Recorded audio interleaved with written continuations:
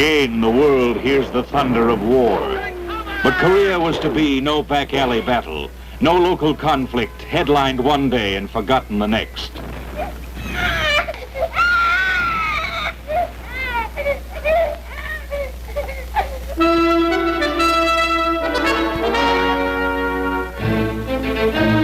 This time it involved the world.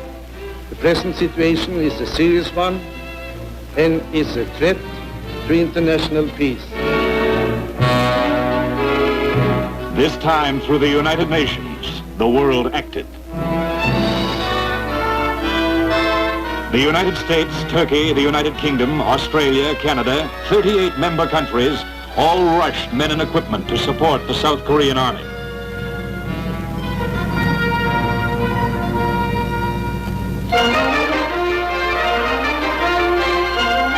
Korea was a country little known by the world in 1945, a country which had for 3 generations been under Japanese domination. The Allied troops who came then were welcomed as liberators. Now the Korean people would have their own flag and sing their own anthems.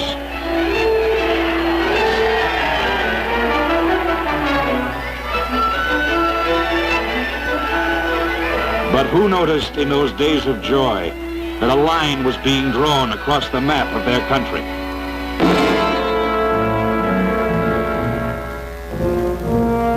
The 38th parallel was only a military expedient, a way for the Russian and American forces to occupy Korea while the Japanese were being disarmed. But the temporary boundary blocked the country's growth, made uncertain the supply of hydropower from the north, stopped the free flow of its people.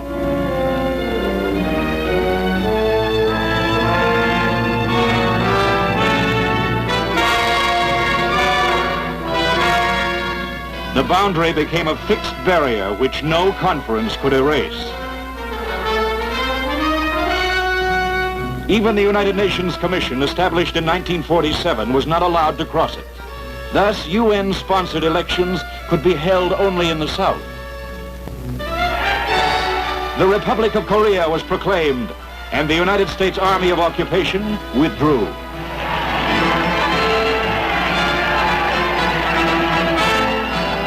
In the north, the Russian forces left, and a government called the Democratic People's Republic of Korea was in power.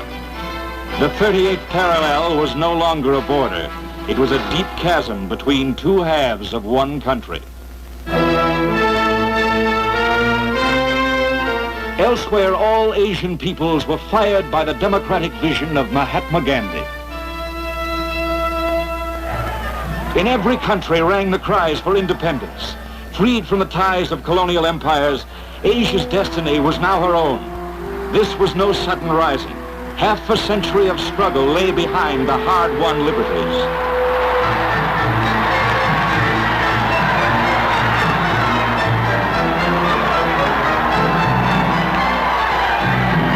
$700 million in India, in Burma, Indonesia, Pakistan, in Ceylon, and in the Philippines proclaimed constitutions based on the nobility of their own culture, rooted in the needs of their own people.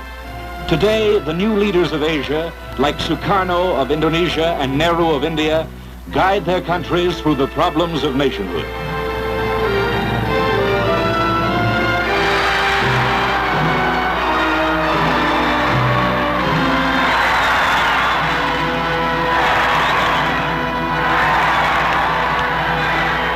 At the same time, these leaders faced the task of explaining the East to the West. Postcard impressions. The West knew little else.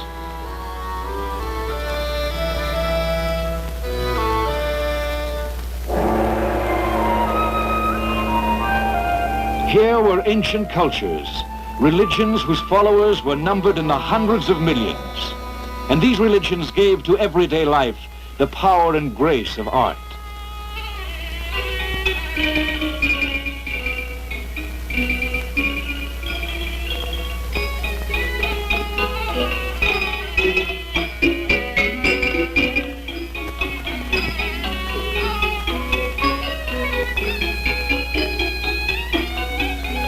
But contact with the West had stirred Asia. Kings and merchants sent sons to Europe and America to study Western ways. Phumifan Alduldet, King Rama IX of Siam, was born in the United States while his father studied medicine at Harvard.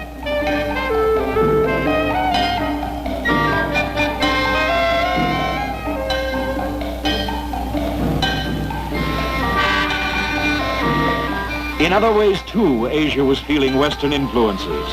In the port cities, Bangkok, Shanghai, the high-geared techniques of the West merged with the skipping clatter of the rickshaw.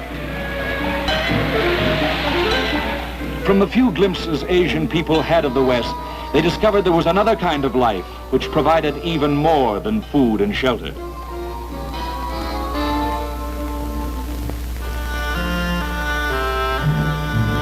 Yet in the stretching hinterlands of Asia, in the countless provinces and villages and valleys, the severe life of the people remained unchanged. But change came. Men who for centuries were fed only on the terrible certainties of hunger and the desperate uncertainty of the seasons boiled with unrest, ready to seize any means in the attempt to find a better life. Under the banners of freedom and nationalism, there were groups to whom violence became an end.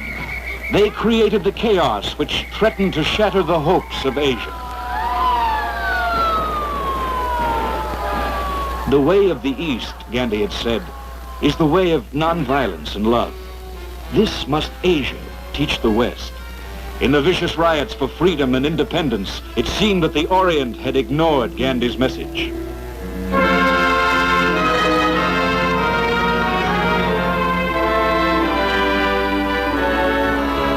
Yet at New Delhi, in the historic splendor of the Purana Kila, the All-Asia Conference of 1947 saw the nations of the Orient come together to seek a peaceful and common ground for the advance of their continent. This was no ordinary gathering. Such a conference had never before taken place in the history of the Orient. Here, for the first time, representatives of 2/3 of the world's people shook hands and exchanged greetings long overdue. Despite all differences of race, language, religion, and industrial development, there was the feeling that the countries of Asia had entered a new era, one in which they would play increasingly a more important role in world affairs.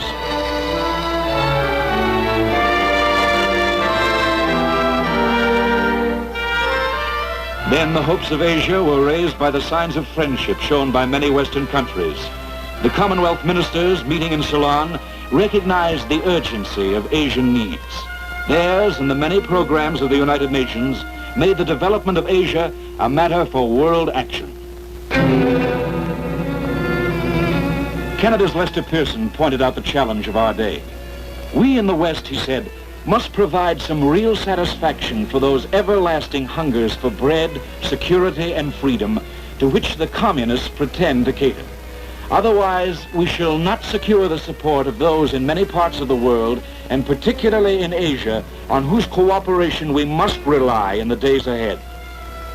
The most basic and urgent want is food, needed in every corner of Asia. Some cry, give the land to the people. Let those who labor reap the harvest. But others say, land reform is not enough when the land itself is old and arid. They need fertilizer, tractors, and Western know-how.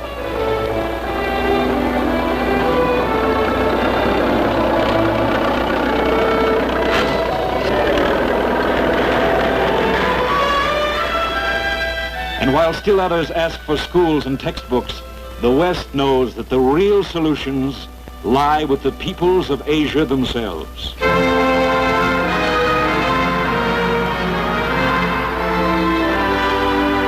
Today, Asia's colorful pageantry is more than just an echo of the past. We in Asia, said Prime Minister Nehru, are a generation chained to hard labor. At the same time, we have the splendid task of building on strong foundations new and free nations to work for humanity, both in the East and in the West.